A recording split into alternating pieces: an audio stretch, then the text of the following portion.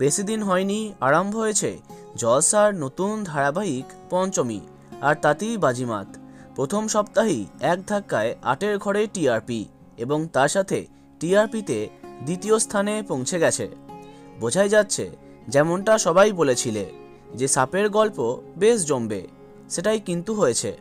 এদিকে প্রধান চরিত্র পঞ্চমী ছাড়াও একটি চরিত্র বেশ জনপ্রিয় হয়েছে, সেটা হলো কিঞ্জল।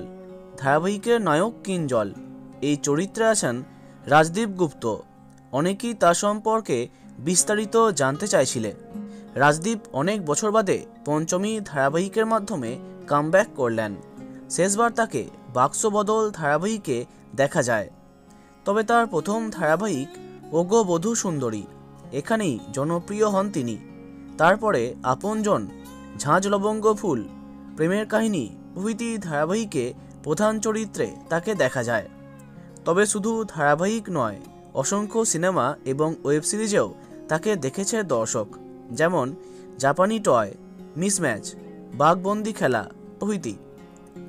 2008 সালে তার অ্যাক্টিং ক্যারিয়ার শুরু হয়। তার জন্মদিন 29শে অক্টোবর। আগাগোড়াই কলকাতার বাসিন্দা Rajdeep. Saint Lawrence high school এবং ভবানীপুর এডুকেশন সোসাইটি কলেজ থেকে পড়াশোনা করেছেন। তার পছন্দের বিষয়গুলির মধ্যে আছে বাইক রাইডিং এবং সিনেমা দেখা। বাস্তবে এই তারকা নিজেকে সিঙ্গেল বলে দাবি করেন, তবে একাধিকবার তার সাথে অনেক জনপ্রিয় তারকার সম্পর্কের কথা শোনা গেছে, তবে সেই সমস্ত সত্যি হয়নি।